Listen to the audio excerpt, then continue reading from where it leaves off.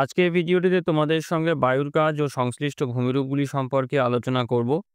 তো সবার প্রথমেতে আমরা দেখব যে বায়ুর কাজ কোথায় কোথায় দেখতে পাওয়া যায়। তো পৃথিবীতে তিনটে অঞ্চলেতে প্রধানত বায়ুর কাজ দেখতে পাওয়া যায়। প্রথমত হচ্ছে মরু অঞ্চল, দ্বিতীয়ত হচ্ছে মরুপ্রায় অঞ্চল, আর তৃতীয় হচ্ছে সমুদ্র উপকূলবর্তী অঞ্চল। এবারেতে আমরা দেখব যে বায়ু কি কি কাজ করে থাকে। তো বায়ু প্রধানত তিনটে কাজ করে, একটা হচ্ছে ক্ষয় কাজ, দ্বিতীয় হচ্ছে বহন কাজ, আর তৃতীয় হচ্ছে সঞ্চয় কাজ। এবারেতে আমরা বায়ুর যে ক্ষয় কাজের যে পদ্ধতিগুলো আছে সেগুলো একটি জেনে নেব। তো বায়ু যে পদ্ধতিতে ক্ষয় কাজ করে থাকে তার মধ্যে প্রথম হচ্ছে অপসারণ প্রক্রিয়া। তো এই প্রক্রিয়াতে প্রবল বায়ু প্রবাহে বালিকণা এক স্থান থেকে অন্য স্থানেতে অপসারিত হয়ে থাকে। দ্বিতীয় যে প্রক্রিয়াটি রয়েছে সেটা হচ্ছে অবঘর্ষ প্রক্রিয়া। এই প্রক্রিয়াতে কি হয়, বায়ুবাহিত বালিকণা পাথরখণ্ড বায়ু প্রবাহ পথে শিলাস্তূপের গায়ে আঘাত করে আঁচড় কাটা দাগ বা মৌচাক সদৃশ গর্ত সৃষ্টি করে। অর্থাৎ যখন হচ্ছে বায়ু প্রবাহিত যখন হয়, ধরো মরুভূমিতে যখন বায়ু প্রবাহিত হচ্ছে, সেই বায়ুর মধ্যে ধরো এই মরুভূমিতে বায়ু ধরো এই প্রবাহিত হচ্ছে এদিক থেকে। এবারে এই বায়ুর মধ্যে বিভিন্ন মানে ছোট, ছোট খুবই ছোট, ছোট বালিকণা, ছোট, ছোট পাথরখণ্ড থাকে।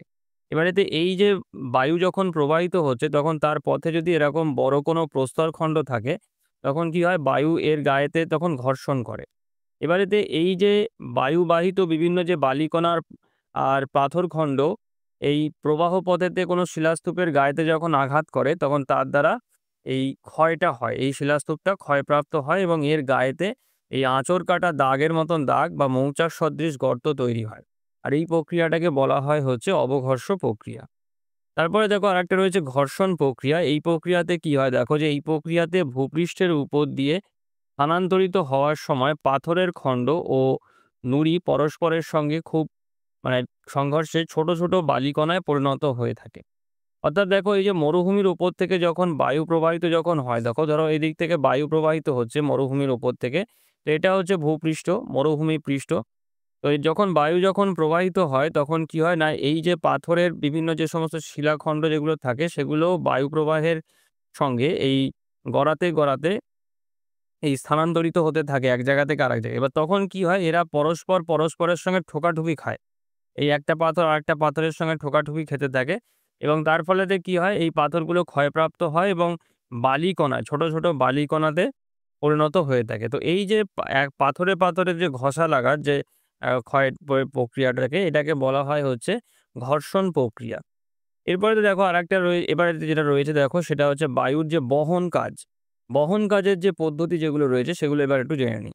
তো প্রথমে হচ্ছে দেখো যে ভাসমান প্রক্রিয়াতে বহন। এই প্রক্রিয়াতে কি হয়, দেখো যে এই প্রক্রিয়াতে বায়ুপ্রবাহের সাথে অতি সূক্ষ্ম বালি ধূলিকণা যার যার আকার হচ্ছে এই যে 0.05 মিলিমিটারের থেকেও কম ভাসমান অবস্থাতে বাহিত হয়। মানে বায়ু যখন প্রবাহিত হচ্ছে তার সঙ্গে উড়ে এই সূক্ষ্ম বালি এবং ধূলিকণাগুলো ভাসমান অবস্থাতে ভেসে, ভেসে এক জায়গা থেকে আরেক জায়গাতে স্থানান্তরিত হয়। তারপরেতে আরেকটা প্রক্রিয়া আছে দেখো, লম্ফদান প্রক্রিয়া। এই প্রক্রিয়াতে কি হয়, মাঝারি আকারের নুড়ি পাথর শিলাখণ্ড। তো আকারটা হচ্ছে 0.05 মিলিমিটার থেকে 2 মিলিমিটার। তো ভূপৃষ্ঠে ধাক্কা খেয়ে, খেয়ে লাফিয়ে, লাফিয়ে বায়ুবাহিত হয়ে এগিয়ে চলে। তার পরের প্রক্রিয়াটা হচ্ছে দেখো গড়ানো প্রক্রিয়া। তো এই গড়ানো প্রক্রিয়াতে কি হয়, দেখো যে এই প্রক্রিয়ায় আকারে বড়, অর্থাৎ 2 মিলিমিটারের থেকে বেশি বড় যে সমস্ত নুড়ি পাথরখণ্ড আছে সেগুলো ভূপৃষ্ঠের উপর দিয়ে বায়ুপ্রবাহের দ্বারা গড়িয়ে, গড়িয়ে অগ্রসর হতে থাকে। তো এই ৩ টে প্রক্রিয়ার মাধ্যমেতে বায়ু হচ্ছে আ বহন কাজ করে থাকে। এরপরেতে আসি হচ্ছে সঞ্চয় কাজের প্রক্রিয়াগুলো সম্পর্কে। তো সঞ্চয় কাজের যে পদ্ধতি বা প্রক্রিয়াগুলো আছে তার মধ্যে ১ম টা হচ্ছে অধঃপাতন। এই প্রক্রিয়াতে কি হয়, দেখো যে এই প্রক্রিয়া ধীর গতিসম্পন্ন বায়ু, সূক্ষ্ম বালি এবং ধূলিকণাকে ধীরে, ধীরে সঞ্চয় করে। অর্থাৎ যখন বায়ুর গতিবেগ কমে আসে সেই সময়তে কি হয়, বায়ুবাহিত যে সমস্ত পদার্থগুলো আছে সেই পদার্থগুলো ভূপৃষ্ঠের উপরেতে অধঃক্ষিপ্ত হয়, মানে পড়ে যায়। তারপরে দেখো এখানে আরেকটা রয়েছে সেটা হচ্ছে উপলেপন প্রক্রিয়া। এই প্রক্রিয়াতে বায়ুবাহিত মাঝারি থেকে বড় আকারের নুড়ি, কাঁকর, প্রস্তরখণ্ড গড়িয়ে, গড়িয়ে সঞ্চিত হয়ে থাকে। আরেকটা প্রক্রিয়া আছে যেটাকে বলা হয়েছে অধিগ্রহণ। এই প্রক্রিয়াতে উঁচু নিচু ভূভাগে বায়ুবাহিত পদার্থসমূহ আটকে গিয়ে সঞ্চিত হয়ে থাকে। তো এই ৩ টে প্রধান প্রক্রিয়া আছে যার মাধ্যমে বায়ু সঞ্চয় কাজ করে থাকে। এবারেতে আমরা দেখব যে বায়ুর ক্ষয়কাজের ফলেতে কি কি ভূমিরূপ তৈরি হয়ে থাকে। তো বায়ুর ক্ষয়কাজের ফলে প্রথম যে ভূমিরূপটি তৈরি হয় তার নাম হচ্ছে অপসারণ গর্ত। তো কাকে বলে আগে একটু জেনে নিই যে এই অপসারণ গর্ত যখন মরুভূমিতে বায়ু প্রবাহ দ্বারা শিথিল বালিকণা অপসারিত হয়ে স্থানটি ক্রমশ অবনমিত হয়ে যে ছোট বড় গর্ত সৃষ্টি হয় তাকে অপসরণ সৃষ্ট গর্ত বলা হয়ে থাকে। আর এটা দেখা যায় কোথায়? দেখো, এই মিশরের কাতারা বিশ্বের বৃহত্তম অপসারণ গর্ত। তো মিশরের যে মরুভূমি অঞ্চল রয়েছে সেখানেতে কাতারা বলে একটি এরকম অপসারণ সৃষ্ট গর্ত মানে অপসারণ গর্ত আছে। এটা সারা পৃথিবীর মধ্যে সবথেকে বড় এরকম গর্ত।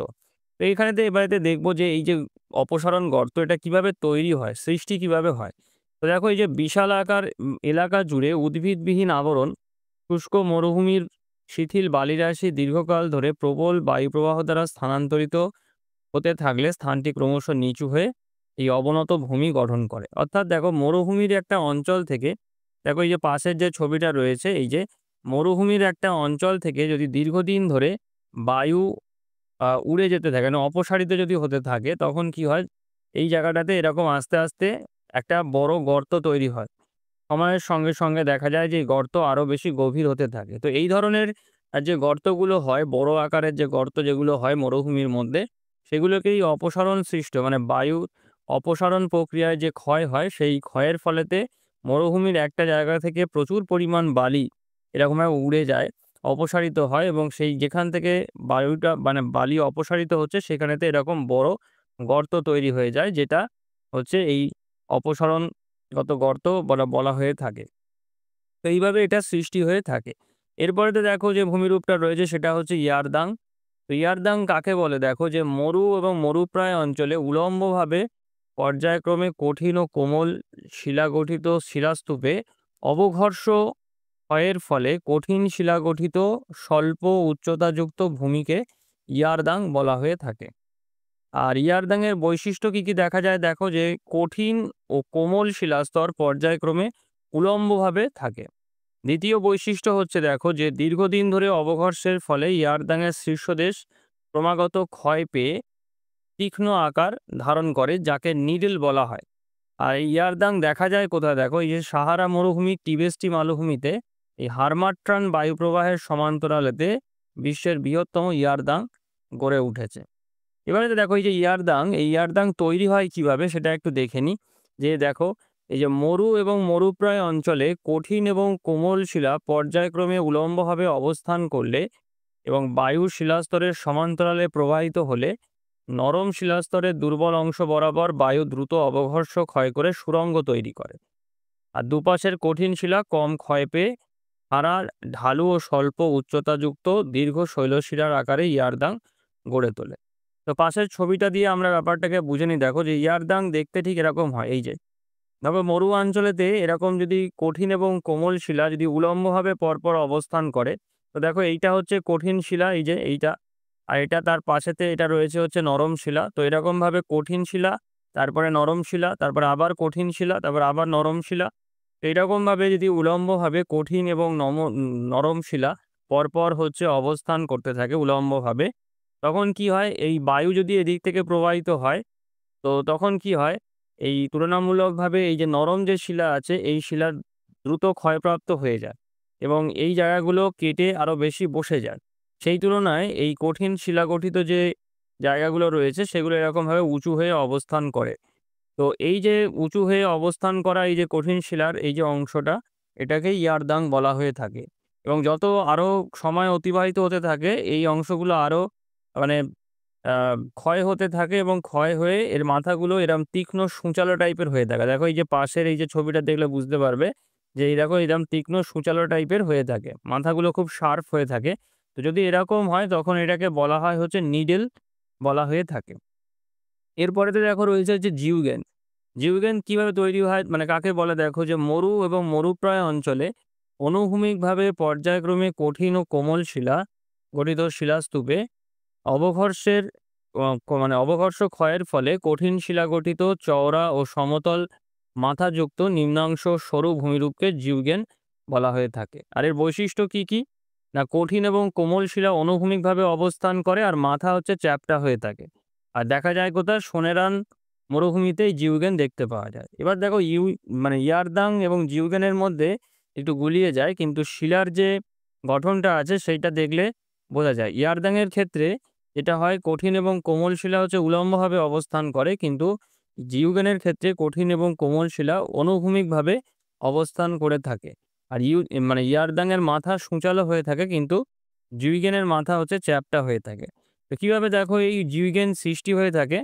তো দেখো এই মরু এবং মরুপ্রায় অঞ্চলে কঠিন ও কোমল শিলা পর্যায়ক্রমে অনুভূমিকভাবে অবস্থান করলে শিলাস্তরে ফাটল, চ্যুতিরেখা, স্তরায়ন্তল ইত্যাদি দুর্বল স্থান বরাবর বায়ু অবঘর্ষ প্রক্রিয়ায় ক্ষয় করে গহ্বর সৃষ্টি করে। আর কঠিন শিলা অল্প ক্ষয় পেয়ে চ্যাপ্টা মাথা বিশিষ্ট হয়ে জীবজ্ঞান গঠন করে। এবার দেখো এইখানেতে দেখতে পাবে যে এইখানেতে এই যে কঠিন শিলাটা হচ্ছে এইটা, যেটা অনুভূমিকভাবে অবস্থান করছে।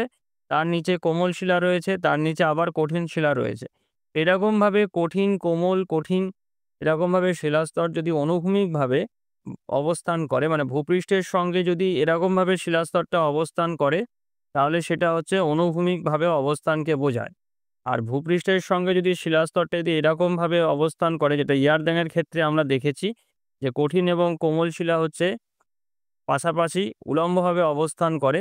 তো এরকম উলম্বভাবে যদি অবস্থান করে তাহলে সেটা ইয়ারদাং এর রূপ নেয়। আর যদি এরকম মনোভূমিকভাবে অবস্থান করে তখন সেটা জিউগেনের রূপ নেয়। তো দেখো এবারেতে এই যে শিলাস্তর আছে, বিশেষ করে এই শিলাস্তরে যেটা উপরেতে উন্মুক্ত অবস্থায় থাকে, তাতে যদি কোনো চ্যুতি, ফাটল বা দুর্বল অংশ যদি থাকে, তখন কি হয়, বায়ু প্রবাহেও যখন প্রবাহিত হয়, বায়ু এদিক থেকে যখন প্রবাহিত হচ্ছে, তখন এই চ্যুতি ফাটলগুলোর মধ্য দিয়ে বায়ু প্রবাহিত হলে এই ফাটলগুলো আরো বেড়ে যায়।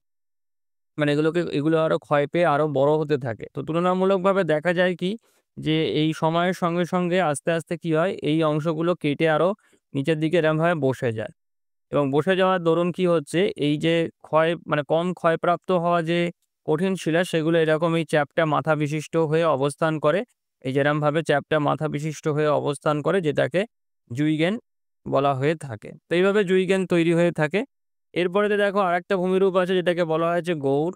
তো এই ভূমিরূপ কিভাবে তৈরি হয় দেখো, যে মরুভূমিতে মানে এটা আগে জেনে নিই যে কাকে বলে, তারপরেতে আমরা দেখব যে কিভাবে এটা তৈরি হয়। তো মরুভূমিতে বায়ুর অবঘর্ষ ক্ষয়ের ফলে ব্যাঙের ছাতার মতন দেখতে নিম্নাংশ সরু এবং ঊর্ধ্বাংশ চওড়া শিলাস্তূপকে সাহারা মরুভূমিতে গৌড় বলে। আর গৌড়ের বৈশিষ্ট্য কি, কি আছে? প্রথম বৈশিষ্ট্য হচ্ছে যে গৌড় দেখতে ব্যাঙের ছাতার মতো হয় বলে একে মাশরুম রক বলা হয়ে থাকে।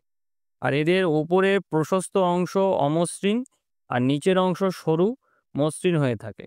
আর এরা মরুভূমির মাঝে অবশিষ্ট টিলার মতন দাঁড়িয়ে থাকে। আর কোথায় দেখতে পাওয়া যায় দেখো, যে সাহারা, থর, ইরান প্রভৃতি মরুভূমিতে এরকম অসংখ্য গৌড় দেখতে পাওয়া যায়। অর্থাৎ আমাদের ভারতবর্ষের যে থর মরুভূমি রয়েছে, সেই থর মরুভূমিতে এরকম গৌড় ভূমিরূপ দেখতে পাওয়া যায়। এবারে দেখো আসি এটাকে মানে এটা তৈরি হয় কিভাবে সেটা একটু জেনে নিই। আর দেখো এই ছবি রয়েছে, এই ছবিটা দেখলেই বুঝতে পারবে যে এই গৌড় দেখতে ঠিক এরকম হয়ে থাকে।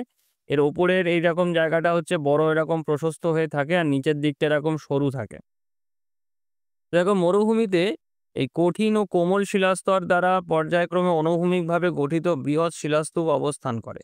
বিভিন্ন ঋতুতে বিভিন্ন দিক থেকে বায়ু দ্বারা অবঘর্ষ প্রক্রিয়ায় শিলাস্তূপের নিম্নাংশের নরম শিলাস্তর বেশি ক্ষয় পেয়ে সরু হয়, এবং উপরের কঠিন শিলাস্তর কম ক্ষয় পেয়ে প্রসারিত হয়ে থাকে, এবং সমগ্র শিলাস্তূপটি ব্যাঙের ছাতার মতন দেখতে হয়, যাকে গৌড় বলে।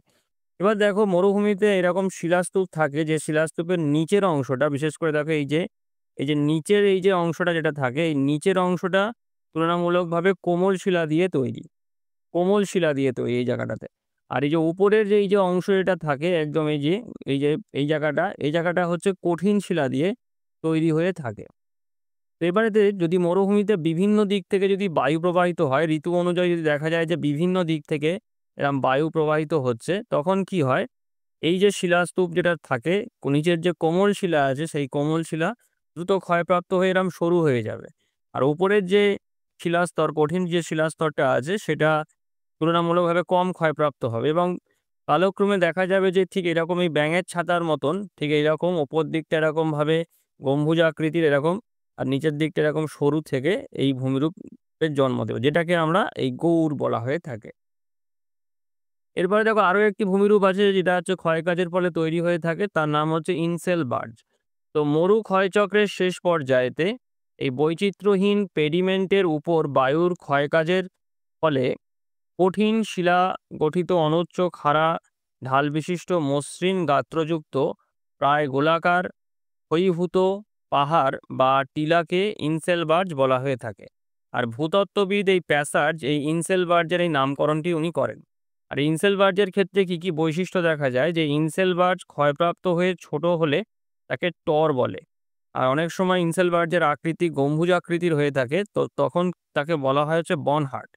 আর এর উচ্চতা মোটামুটি হয় 10 থেকে 30 মিটার, আর ঢাল মোটামুটি 70 থেকে 80 ডিগ্রি হয়ে থাকে। আর এটা আফ্রিকার এই কালাহারি মরুভূমিতে এই ইনসেলবার্জ দেখতে পাওয়া যায়। এবার দেখো এই ইনসেলবার্জ তৈরি হয় কিভাবে। দেখো এই মরুভূমিতে অবস্থিত কঠিন শিলা গঠিত উচ্চভূমিগুলি এই বায়ুর অবঘর্ষ প্রক্রিয়ায় ক্ষয় পেয়ে খাড়া পার্শ্বদেশ বিশিষ্ট সমতল বা সামান্য গোলাকৃতি শিখরদেশ যুক্ত ভূমিতে পরিণত হয়, যেটা এই ইনসেলবার্জ গঠন করে। তো দেখো এই ছবি দেখলে বুঝতে পারবে যে ইনসেলবার্জ মরু অঞ্চলে ক্ষয়চক্রের একদম শেষ পর্যায়েতে তৈরি হয়ে থাকে, যখন এই রকমভাবে এই টিলার আকারেতে ইনসেলবার্জগুলো তৈরি হয়। এগুলো সাধারণত গ্রানাইট শিলা দিয়ে তৈরি হয়ে থাকে, যেগুলো ক্ষয় প্রতিরোধ করে এই সমতল ভূমির উপরেতে অবস্থান করে থাকে এই ইনসেলবার্জগুলো। আর দেখো ছবিটা দেখলে দেখতে পাবে, দেখো এই হচ্ছে ইনসেলবার্জের প্রকৃত ছবি। এরমভাবে ইনসেলবার্জগুলো হচ্ছে তৈরি হয়ে থাকে এই সমতল ভূমির ওপরেতে ক্ষয় প্রতিরোধ করে একদম মরু ক্ষয়চক্রের শেষ পর্যায়েতে এই ইনসেলবার্জগুলো গঠন করেছে। এবারেতে আমরা এই যে মরুভূমির মানে বায়ুর যে সঞ্চয় কাজ আছে, সেই সঞ্চয় কাজের ফলেতে যেই সমস্ত সঞ্চয়জাত ভূমিরূপগুলো তৈরি হয় সেগুলো সম্পর্কে জানবো। তো প্রথমেতে আসি হচ্ছে বালিয়াড়ি, অন্যতম ভূমিরূপ সঞ্চয়ের ফলেতে। তো বালিয়াড়ি কাকে বলে সেটা একটু প্রথমে জেনে নিই। তো বায়ুর গতিপথে শিলাস্তূপ গাছপালা ও ঝোপঝাড়ের বাধায় বায়ুবাহিত বালি স্তূপাকারে সঞ্চিত হয়ে যে বিশাল মানে স্থায়ী বা সচল উঁচু ও দীর্ঘ বালির ঢিবি গড়ে ওঠে, তাকে বালিয়াড়ি বলে। এক কথায় বলতে গেলে মরুভূমিতে যে বালির ঢিবি হয়, উঁচু উঁচু যে বালির ঢিবিগুলো তৈরি হয়ে থাকে মরুভূমিতে, তাকেই বালিয়াড়ি বলা হয়ে থাকে। আর এই বালিয়াড়ি তৈরি হওয়ার পিছনেতে কি হয় না, এই বায়ুর গতিপথে মানে বায়ুর সঙ্গে বাহিত যে সমস্ত সূক্ষ্ম বালুকণা যেগুলো থাকে, সেগুলো যদি এই কোনো শিলাস্তূপ বা গাছপালা বা ঝোপঝাড়ে যদি বাধা পায়, তখন দেখা যায় সেই সংলগ্ন অঞ্চলেতে এরকম উঁচু দীর্ঘ বালির ঢিবি গড়ে তোলে, যেটাকে বালিয়াড়ি বলে। আর এই বিজ্ঞানী ব্যাগনল্ড এই বালিয়াড়িকে প্রধান দুভাগে ভাগ করেছেন। তো প্রথমটা হচ্ছে এই যে বারখান, খুবই পরিচিত এই নামটা, বারখান বা তির্যক বালিয়াড়ি। তো বারখান যে এই যে শব্দটা আছে, এই বারখান শব্দের অর্থ হচ্ছে বালির পাহাড়, যেটা এই তুর্কি শব্দ থেকে মানে তুর্কি শব্দ, এই বারখান কথাটা তুর্কি শব্দ, যার অর্থ হচ্ছে বালির পাহাড়। তো বায়ুর প্রবাহ পথে আড়াআড়িভাবে অবস্থিত অর্ধচন্দ্রাকার যে বালিয়াড়িগুলো, সেগুলোকে এই বারখান বালিয়াড়ি বলে। আর এই বারখান বালিয়াড়ির বৈশিষ্ট্য কি কি আছে দেখো, যে বায়ুর প্রবাহ পথের সাথে আড়াআড়িভাবে অবস্থান করে।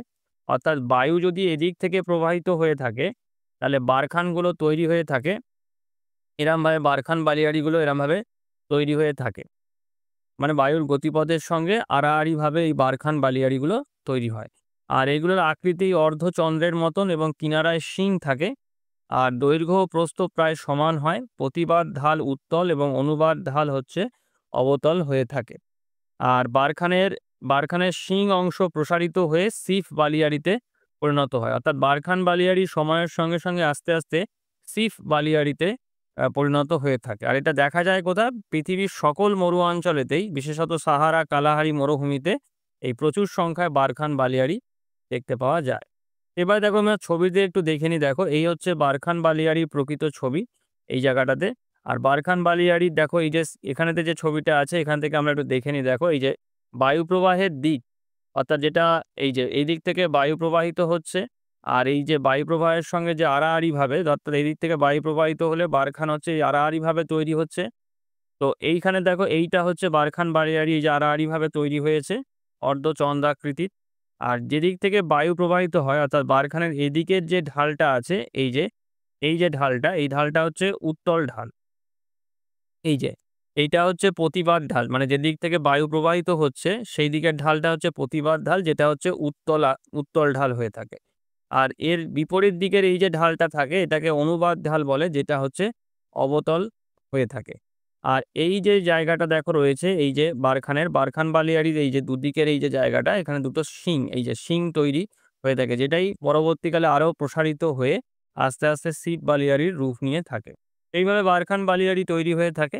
এর পরের যে বালিয়াড়িটা আছে সেটার নাম হচ্ছে সিফ বা অনুদৈর্ঘ্য বালিয়াড়ি।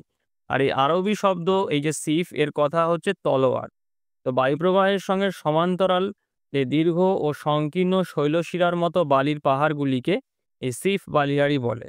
আর এর বৈশিষ্ট্য হচ্ছে যে এই বায়ুর প্রবাহ পথের সমান্তরালেতে অবস্থিত হয়ে থাকে, সুদীর্ঘ সংকীর্ণ তরবারির মতন দেখতে হয়ে থাকে, শীর্ষদেশ তীক্ষ্ণ করাতের মতন হয়, আর দুটি সিফের মধ্যবর্তী নিচু অংশকে করিডোর বা গাসি বলা হয়ে থাকে।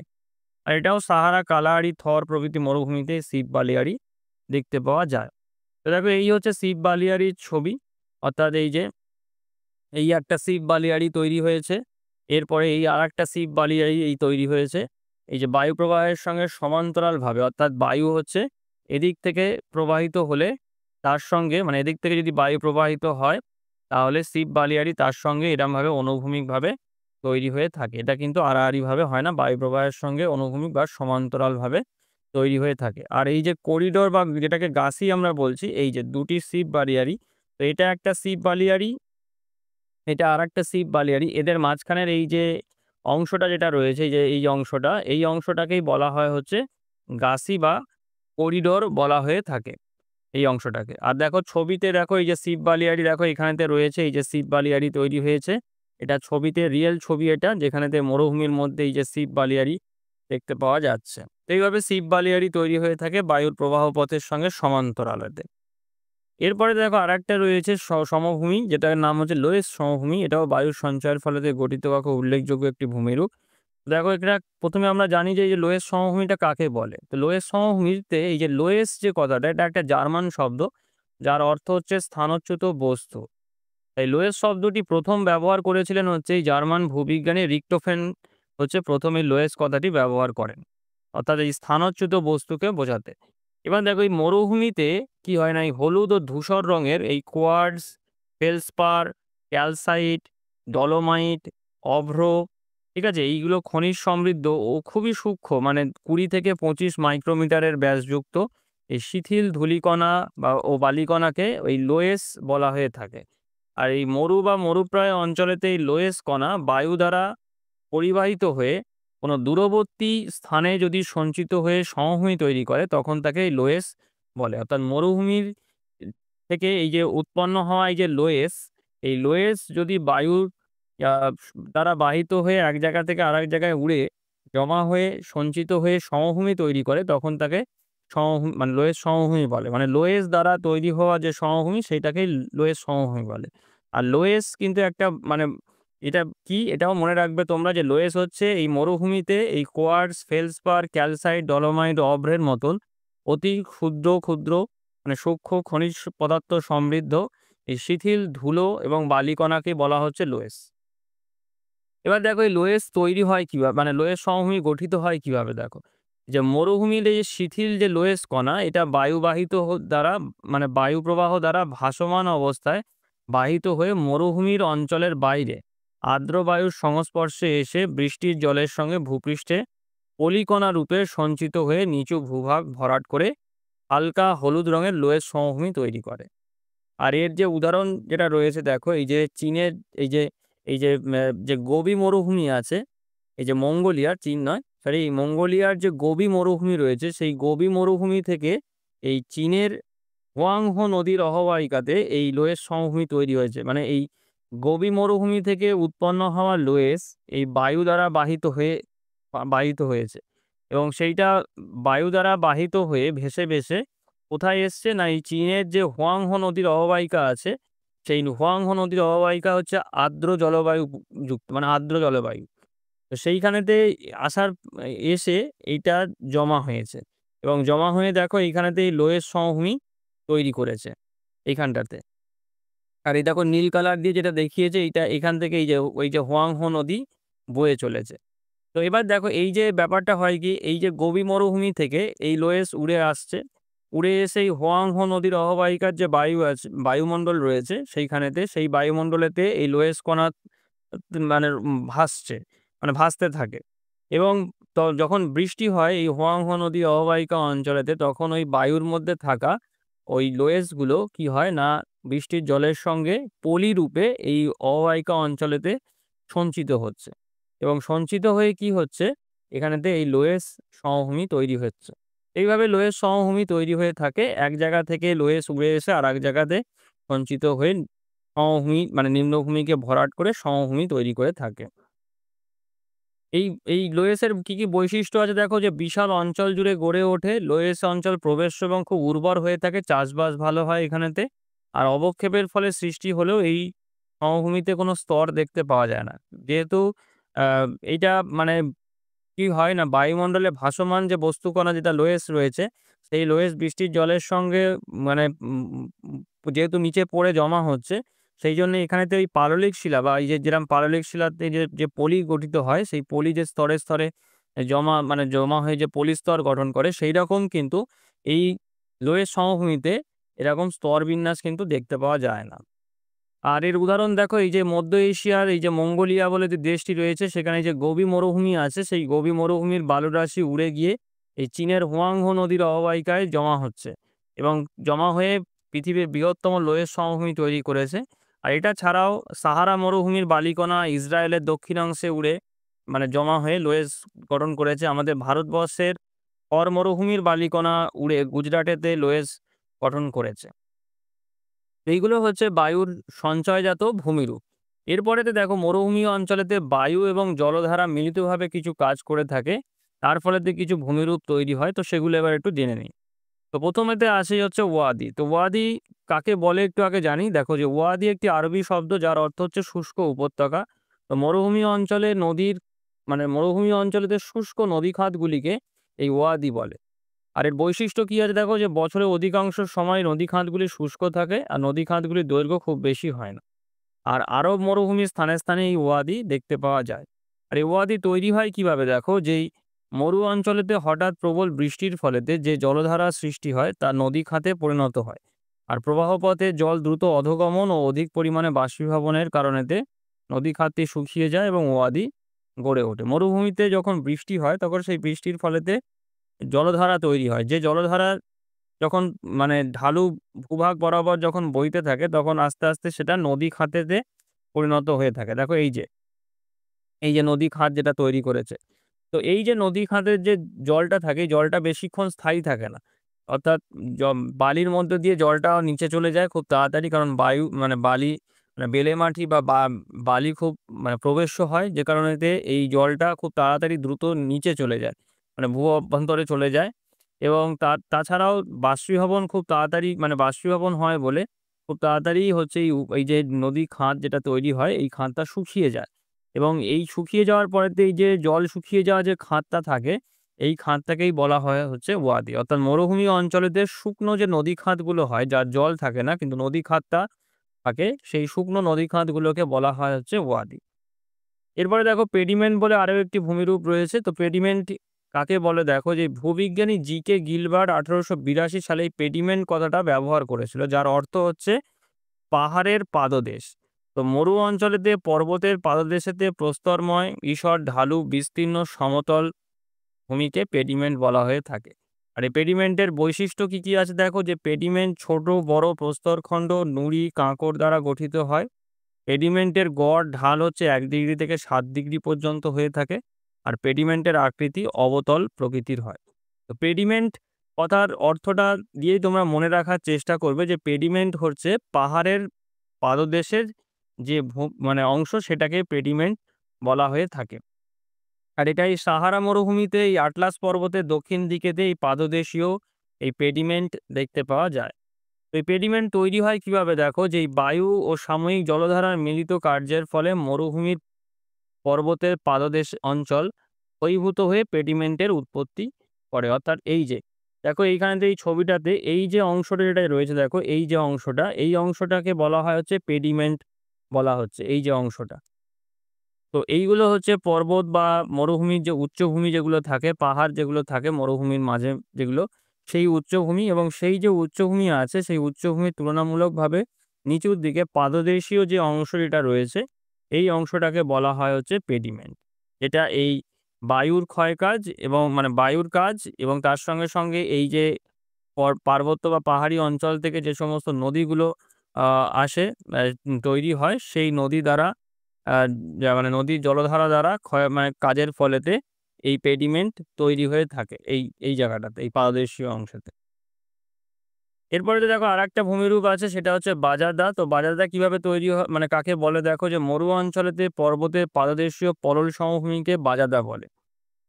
তো বাজারার বৈশিষ্ট্য কি, কি? বাজারা মূলত সূক্ষ্ম পলি বালি দ্বারা গঠিত হয়। এর গড় ঢাল ৩ থেকে ৪ ডিগ্রি। বাজাদা কয়েক কিমি পর্যন্ত বিস্তৃত হয়।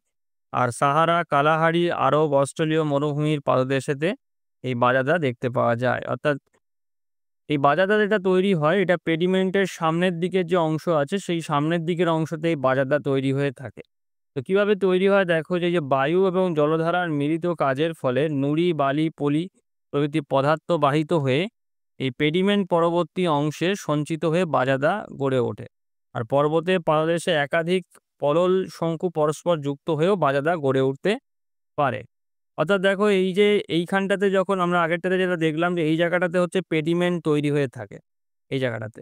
এবারে তো এই পেডিমেন্টের সামনের দিকের এই যে অংশ যেটা রয়েছে দেখো এই যে অংশটা, সামনের দিকের এই অংশটাতে কি হচ্ছে এইখানটা এই জায়গাটাকে বলছে হচ্ছে বাজাদা বলছে এই জায়গাটাতে, এইখানটাতে। তো এইখানটাতে কি হচ্ছে এইখানটাতে এই যে বায়ু এবং জলধারার মিলিত কার্যের ফলেতে নুড়ি, বালি, পলি। তো মূলত সূক্ষ্ম যে সমস্ত ছোট, ছোট যে সমস্ত জিনিসগুলো আছে সেইগুলো এইখানকার এই যে জলধারা আছে সেই জলধারা বাহিত হয়ে এবং তার সঙ্গে, সঙ্গে বায়ু বাহিত হয়ে এইখানটাতে সঞ্চিত হচ্ছে এই জায়গাটাতে। এই জায়গাটাতে সঞ্চিত হয়ে এখানটাতে এই যে সমতল ভূমিটা তৈরি করছে এই সমতল ভূমিটাকে বলা হয় হচ্ছে বাজাদা। মানে পেডিমেন্টের সামনের দিকে এই জায়গাটাতে যেটা সমতল ভূমি তৈরি করছে সেইটা। এরপরেতে দেখো যেটা রয়েছে একদম লাস্ট যে ভূমিরূপ যেটা সেটার নাম হচ্ছে প্লায়া। তো প্লায়া দেখো যেটা কাকে বলে দেখো যে এই মরু অঞ্চলেতে লবণাক্ত হ্রদগুলিকে বলা হচ্ছে প্লায়া। মানে প্লায়ার জল খুব নোনতা হয়ে থাকে। বৈশিষ্ট্য কি আছে? না জলের সঙ্গে অতিরিক্ত লবণ ধুয়ে এসে এই হ্রদে জমা হয় বলে হ্রদগুলি খুব লবণাক্ত হয়ে থাকে। আর বছরের অধিকাংশ সময় প্লায়া শুকনো থাকে। শুষ্ক অবস্থায় প্লায়ার উপরিভাগে লবণের আস্তরণ দেখা যায়। অর্থাৎ যেহেতু জল লবণাক্ত যে কারণে এতে জল শুকিয়ে গেলে সেই লবণের আস্তরণটা প্লায়াতে পড়ে থাকে। তারপর দেখো এই যে শুষ্ক লবণাক্ত প্লায়ার তলেতে সূর্যালোক প্রতিফলিত হয়ে জলের মতন দেখতে লাগে। মানে অনেকটা মরীচিকা তৈরি হয়ে থাকে। দূর থেকে দেখলে চকচক করতে থাকে যেন মনে হয় জল রয়েছে। কিন্তু কাছে গিয়ে দেখলে মনে হয় যে মানে কাছে গিয়ে দেখলে দেখা যায় যে জল তাতে নেই। জল শুকনো হয়ে গেছে। তো আমাদের ভারতের রাজস্থানে যে সম্বর হ্রদ আছে, এই সম্বর হ্রদ একটি প্লায়া হ্রদের উদাহরণ। আর কিভাবে তৈরি হয় দেখো এই যে মরু অঞ্চলেতে হঠাৎ প্রবল বৃষ্টির কারণেতে সৃষ্ট একাধিক জলধারা কোনো পর্বত বেষ্টিত অবনত ভূমিতে এসে সঞ্চিত হয়ে প্লায়া তৈরি করে। অর্থাৎ এই যে জায়গাটা যেটা রয়েছে দেখো এই যে নীল কালারের এই যে জায়গাটা যেটা রয়েছে এইটা হচ্ছে প্লায়া। তো মরু অঞ্চলেতে এই যে উচ্চভূমি যেগুলো রয়েছে এই উচ্চভূমি থেকে যে জলধারাগুলো তৈরি হচ্ছে সেই জলধারার যে জলটা আছে সেই জলটা কি হচ্ছে বাহিত হয়ে এই মাঝখানের এই যে অবনত যে অংশ যেটা রয়েছে এই অবনত অংশতে জমা হচ্ছে এবং জমা হয়েই হচ্ছে এইখানেতে এই প্লায়া হ্রদ তৈরি করে থাকে। তো এই হচ্ছে মরুভূমি অঞ্চলেতে বায়ুর কাজ এবং তার দ্বারা সৃষ্ট যে ভূমিরূপগুলো আছে সেগুলো সম্পর্কে আজকের আলোচনা। তো ভিডিওটি আমি এখানেতেই শেষ করলাম। সবাই ভালো থেকো। Thank you.